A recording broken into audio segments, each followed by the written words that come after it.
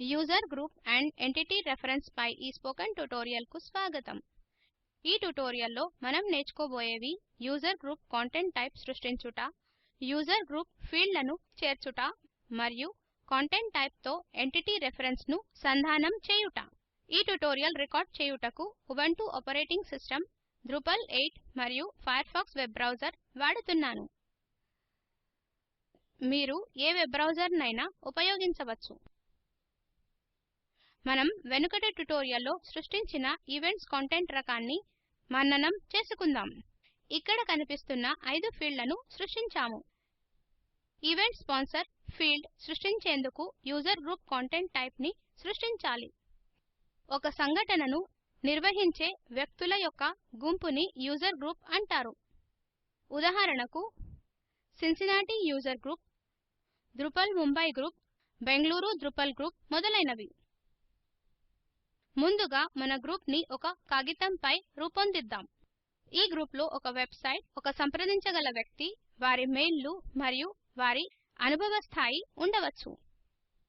Drupal లో URL మరియు మెయిల్లకు default ఫీల్డ్లు ఉన్నాయి. అందుకే ఈ ఫీల్డ్లను ఎంచుకుందాం. ఒక వ్యక్తి పేరుని నేమ్ ఫీల్డ్లో సేకరించవచ్చు. అయితే ప్రస్తుతం టెక్స్ట్ ప్లేన్ ని వాడుదాం. యూజర్ అనుభవ స్థాయి బిగినర్, ఇంటర్మీడియట్ లేదా అడ్వాన్స్డ్ అయి ఉండవచ్చు. దీనిని అమలుపరచుటకు మనం లిస్ట్ టెక్స్ట్ ఫీల్డ్ టైప్ ఎంచుకుందాము. చివరి ఫీల్డ్ ఈ గ్రూప్ ని ప్రయోజించే అన్ని ఈవెంట్లను సంగ్రహిస్తుంది. ఇందుకు ఎంట్రీ రెఫరెన్స్ ఫీల్డ్ లో ఉన్న ఈవెంట్ కంటెంట్ టైప్ లతో లింక్ చేసేందుకు ఉపయోగించవచ్చు. యూజర్ గ్రూప్ కంటెంట్ టైప్ లను సెట్ చేద్దాం. యాడ్ కంటెంట్ టైప్ పై క్లిక్ చేయండి. దీనికి యూజర్ గ్రూప్ అనే పేరు పెడదాం. మెషిన్ పేరు user_groups అని గమనించండి. డిస్క్రిప్షన్ లో this is where we track the Drupal groups from around the world type చేద్దాం. టైటిల్ ఫీల్డ్ లేబుల్ లో దీనికి యూజర్ గ్రూప్ నేమ్ అనే పేరునిద్దాం. ఈవెంట్స్ కంటెంట్ టైప్ లాగే దీనికి కూడా సెట్ చేద్దాం. పబ్లిషింగ్ ఆప్షన్స్ టాబ్ పై క్లిక్ చేయండి. డిఫాల్ట్ ఆప్షన్స్ క్రింద క్రియేట్ న్యూ రివిజన్, పబ్లిష్డ్ మరియు ప్రమోటెడ్ టు ఫ్రంట్ పేజ్ ఈ బాక్సులకు చెక్ గుర్తు వేద్దాం. ఇప్పుడు డిస్ప్లే సెట్టింగ్స్ టాబ్ పై క్లిక్ చేద్దాం. Display author and date information box కి వేసిన చెక్ గుర్తు తొలగించండి. చివరికి మెను సెట్టింగ్స్ టాబ్ పై క్లిక్ చేసి మెయిన్ నావిగేషన్ బాక్స్ పై చెక్ గుర్తు తొలగించండి. ఒక్కసారి ఆ సెట్ వచ్చిన తర్వాత క్రింద ఉన్న save and manage fields button పై క్లిక్ చేయండి. మనం మేనేజ్ ఫీల్డ్స్ పేజీకి మళ్లించబడతాము. ఇక్కడ బాడీ లేబుల్ ను మారుద్దాం. ఆపరేషన్స్ కాలమ్ క్రింద ఉన్న ఎడిట్ బటన్ పై క్లిక్ చేయండి. లేబుల్ ఫీల్డ్ లో యూజర్ గ్రూప్ డిస్క్రిప్షన్ టైప్ చేసి క్రింద ఉన్న సేవ్ సెట్టింగ్స్ బటన్ పై క్లిక్ చేయండి. పైన ఆకుపచ్చ సక్సెస్ మెసేజ్ వస్తుంది. ఈ కంటెంట్ టైప్ కి 5 ఫీల్డ్లను మాత్రమే సెట్ చేద్దాం.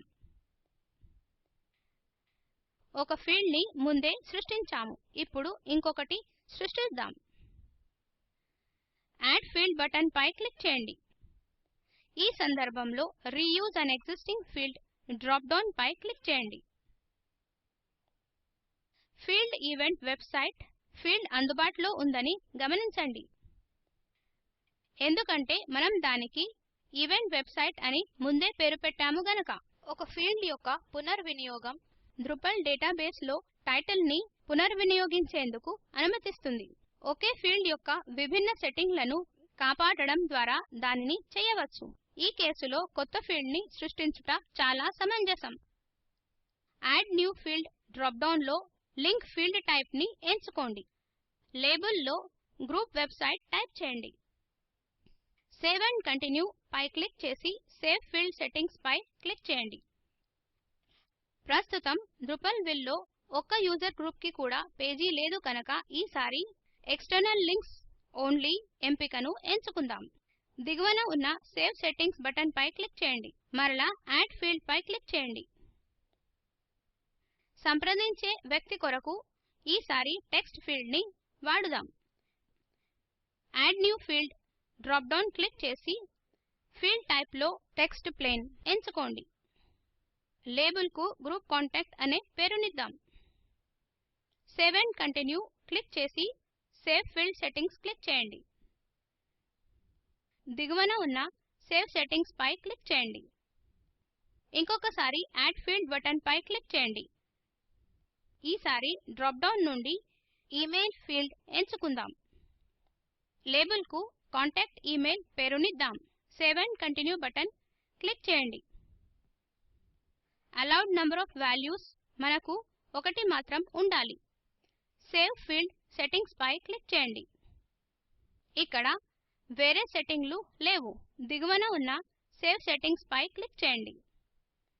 మరలా యాడ్ ఫీల్డ్ బటన్ పై క్లిక్ చేద్దాం. ఈసారి ఫీల్డ్ టైప్ డ్రాప్ డౌన్ లో లిస్ట్ టెక్స్ట్ ఎంపిక చేసుకుందాం. లేబుల్ ఫీల్డ్ లో గ్రూప్ ఎక్స్పీరియన్స్ టైప్ చేసి save and continue button click చేయండి.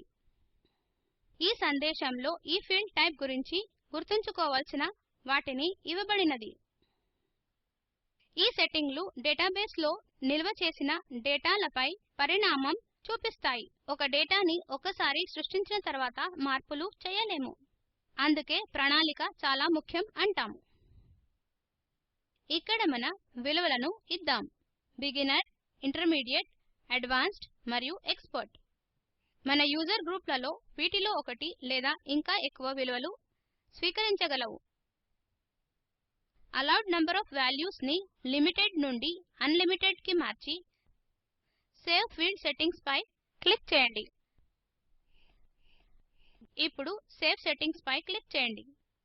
ఇంకొక ఫీల్డ్ ని చేర్చాలి. అది entity reference field.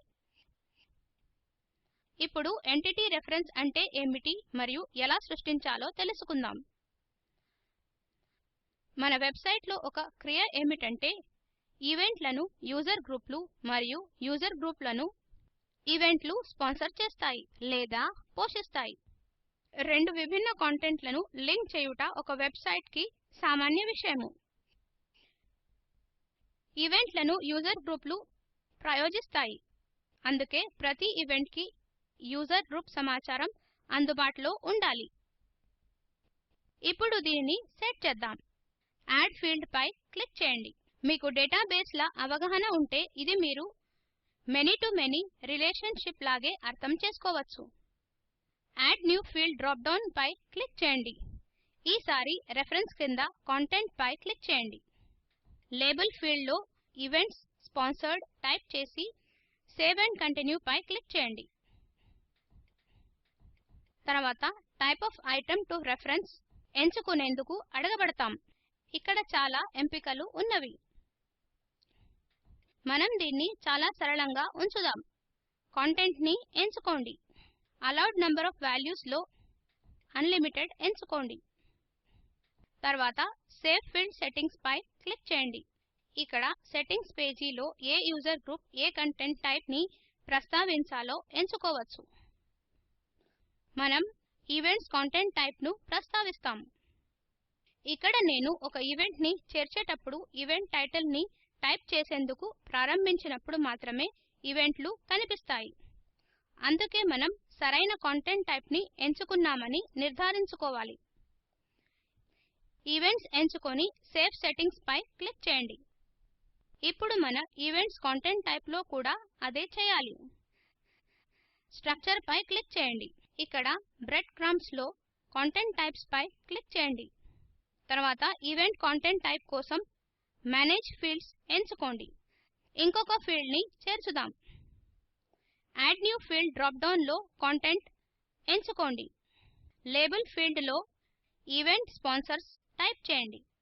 Save and continue click చేయండి.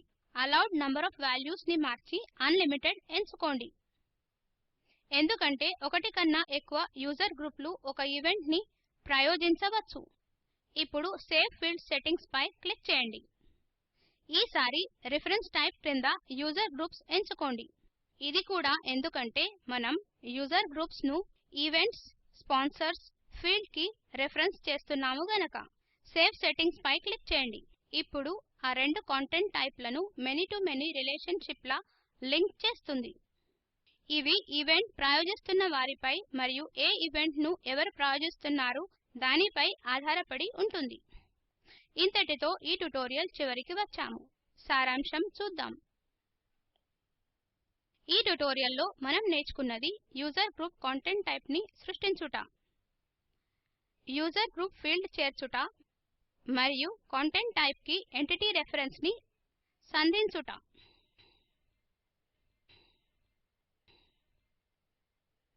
ఈ వీడియో ఆక్వియా మరియు ఓఎస్ ట్రైనింగ్ నుండి స్వీకరించి spoken tutorial project IIT Bombay వారు రివైజ్ చేశారు. ఈ లింక్ లో ఉన్న వీడియో స్పోకెన్ ట్యుటోరియల్ ప్రాజెక్ట్ సారాంశము. దయచేసి దీనిని డౌన్లోడ్ చేసి చూడగలరు.